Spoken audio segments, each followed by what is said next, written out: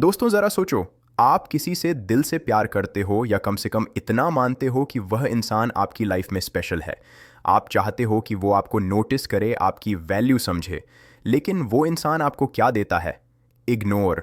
हाँ, वही ignore. Phone पर मैसेज छोड़ दिया, सीन पर कॉल उठाई ही नहीं, या फिर सामने से ऐसे गुजरा जैसे आप कोई गिनती में ही नहीं आते।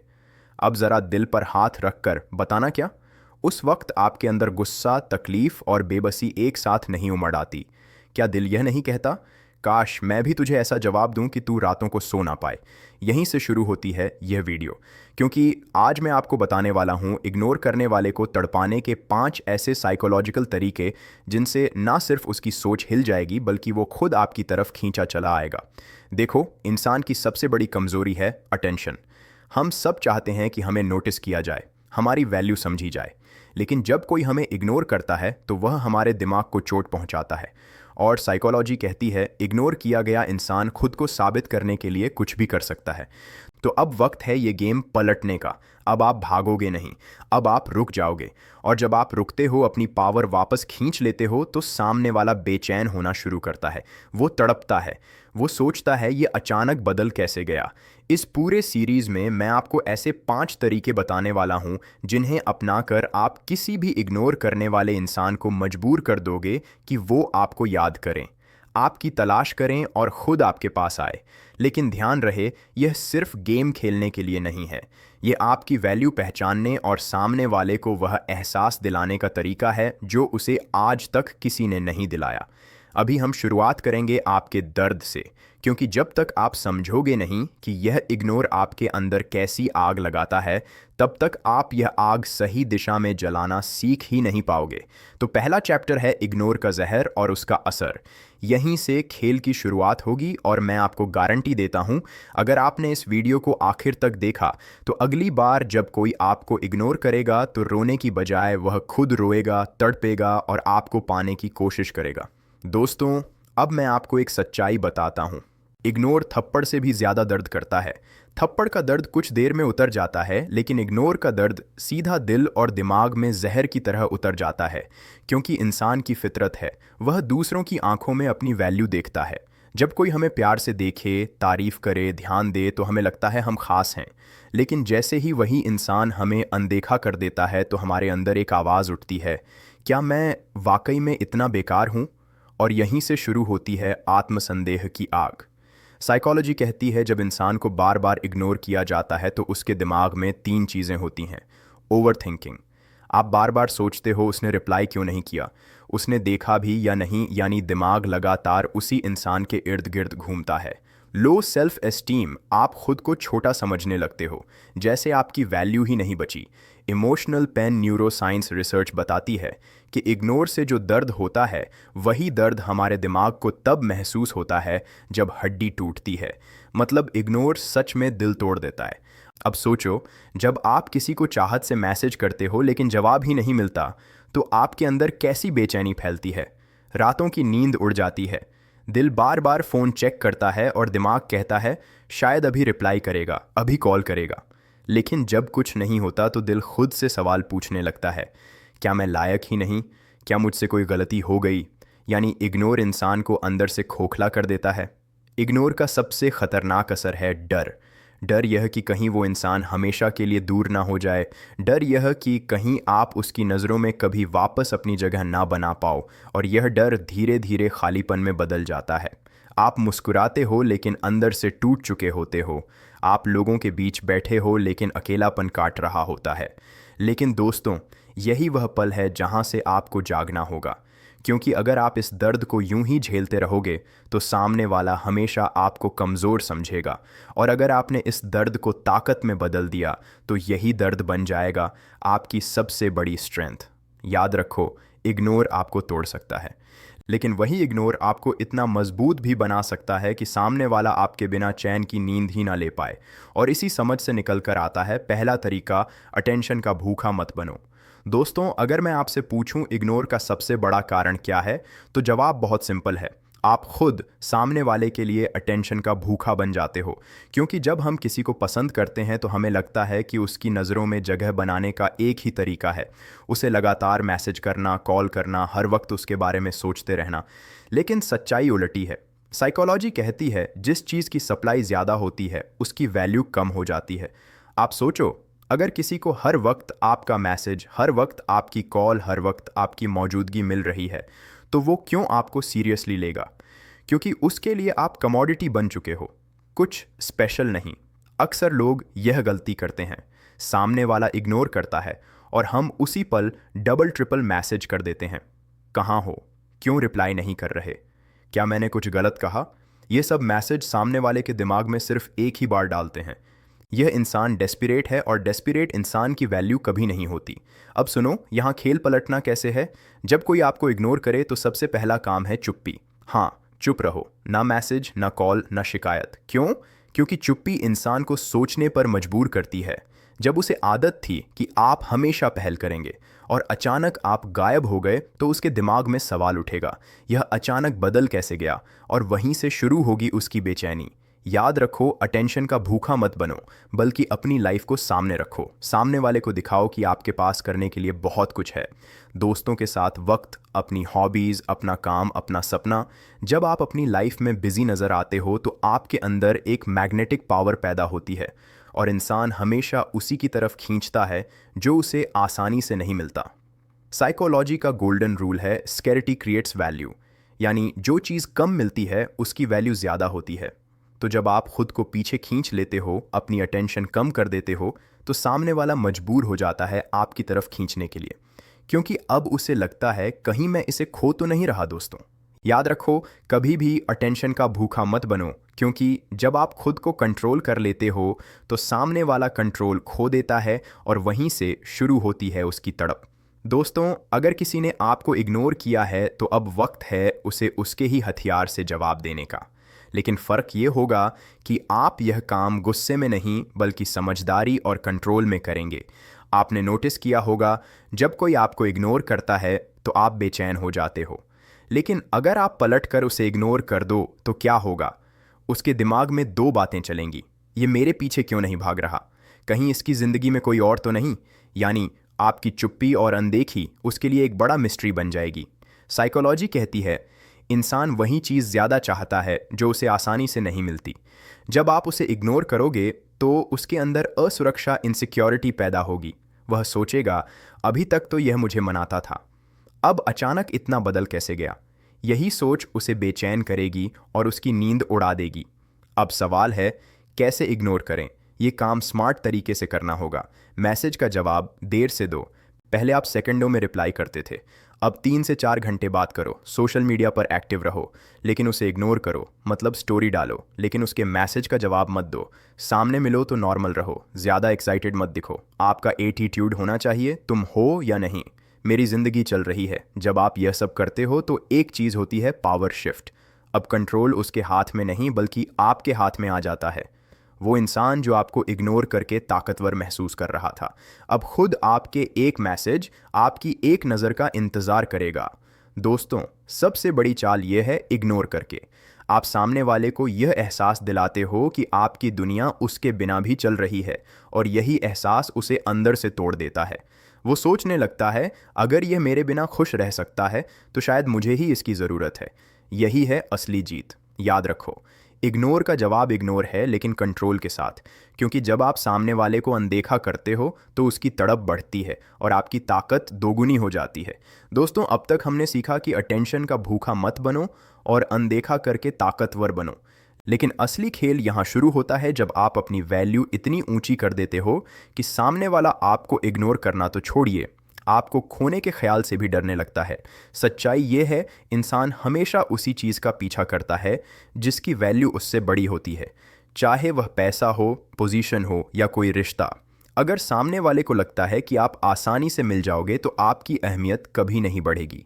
लेकिन जब आप अपनी लाइफ, अपनी पर्सनैलिटी, अपनी प्रेजेंस को इतना ख़ास बना दोगे कि उसकी तुलना ही ना हो पाए तो वह खुद आपको पाने की कोशिश करेगा। वैल्यू सिर्फ बातों से नहीं दिखती, वह दिखती है आपके लाइफस्टाइल से। काम और करियर पर ध्यान दो। जब आप अपने काम में प्रगति करते हो तो लोग ऑटोमेटिकली आपको रिस्पेक्ट देते हैं।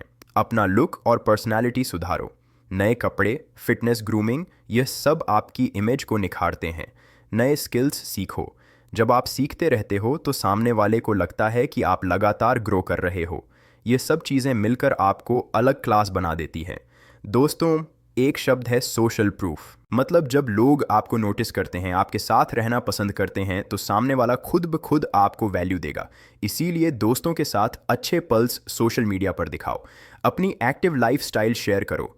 अपनी उपलब्धियों को सामने रखो। जब दुनिया आपकी वैल्यू मानने लगती है तो वो इंसान जो आपको इग्नोर कर रहा था अब आपको और गहराई से देखने पर मजबूर होगा। याद रखो, आपका एटीट्यूड होना चाहिए, मैं अकेला भी खुश हूँ, लेकिन अगर कोई मेरी लाइफ में जुड़ता है तो वह मेरी लाइफ की वैल्यू बढ़ाने के लिए जुड़ता है। यानी आप कभी भी डिपेंडेंट मत दिखो, क्योंकि जो इंसान खुद पर खड़ा होता है वो हमेशा दूसरों से ऊंचा दिखता है। जब आप अपनी वैल्यू बढ़ाते हो तो सामने वाला दो हालातों में फंसता है। मैंने इसे इग्नोर क्यों किया? ये तो सच में स्पेशल है। अगर मैंने इसे मिस कर दिया तो शायद कोई और इसे पा लेगा। यानी अब खेल पलट चुका है। अब डर उसके अंदर है और ताकत आपके अंदर। दोस्तों, याद रखो, लोग आपकी वैल्यू तभी समझते हैं जब आप खुद अपनी वैल्यू ऊंची करते हो।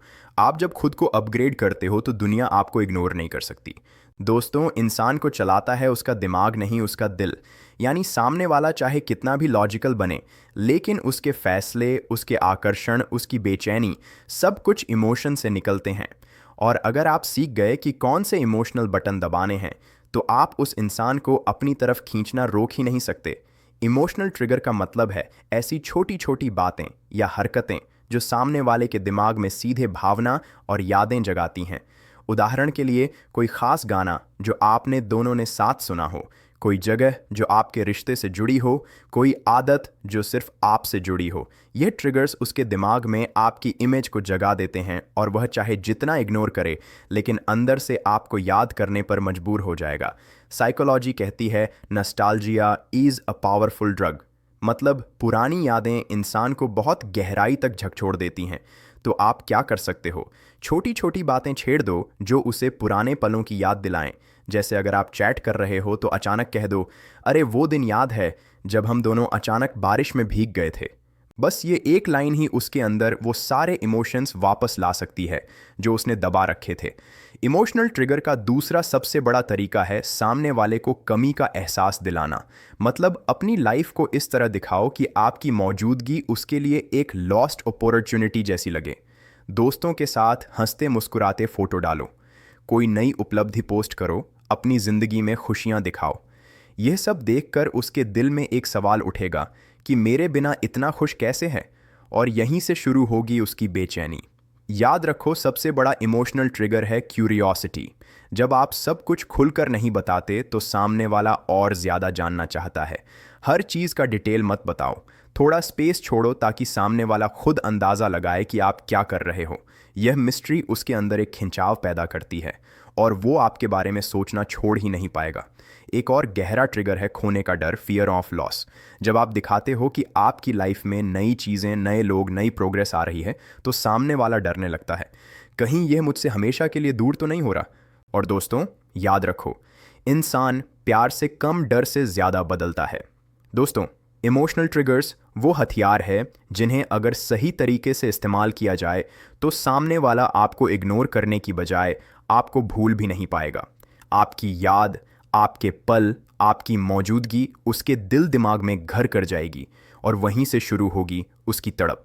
दोस्तों, सच कहूँ तो इंसान किसी चीज़ की असली वैल्यू तब समझता है जब वो चीज़ उसके पास से चली जाती है, और यही गेम हमें खेलना है, उसके अंदर आपकी कमी का एहसास जगाना। जब आप हमेशा सामने वाले के आसपास रहते हो तो उसे आपकी आदत हो जाती है। वो सोचता है यह तो हमेशा रहेगा, इसकी फिक्र क्यों करूं। लेकिन जब अचानक आप दूर हो जाते हो, आपकी मौजूदगी कम हो जाती है, तो उसके अंदर एक खालीपन पैदा होता है और वही खालीपन बनता है तड़प का सबसे बड़ा कारण। सबसे पहला कदम अपनी मौजूदगी कम करना। पहले आप 10 मैसेज करते थे, अब सिर्फ एक करो। पहले आप हर वक्त कॉल करते थे, अब सिर्फ ज़रूरत पर करो। पहले आप हमेशा उपलब्ध थे, अब बिज़ी नज़र आओ। यह कमी धीरे धीरे उसे एहसास दिलाएगी, इसकी मौजूदगी मेरे लिए कितनी ज़रूरी थी। कभी कभी सीधे शब्दों से भी यह कमी जताई जा सकती है।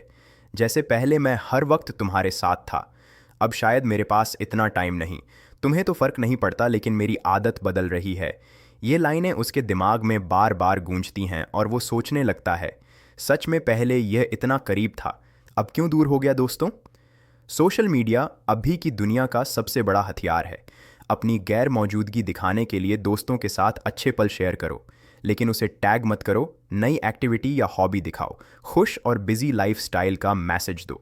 जब वो ये सब देखेगा तो उसे लगेगा ये मेरे बिना खुश है और शायद मुझे अब इसकी ज़िंदगी में जगह ही नहीं रही। यही है वो चुभन जो उसे अंदर से जलाएगी।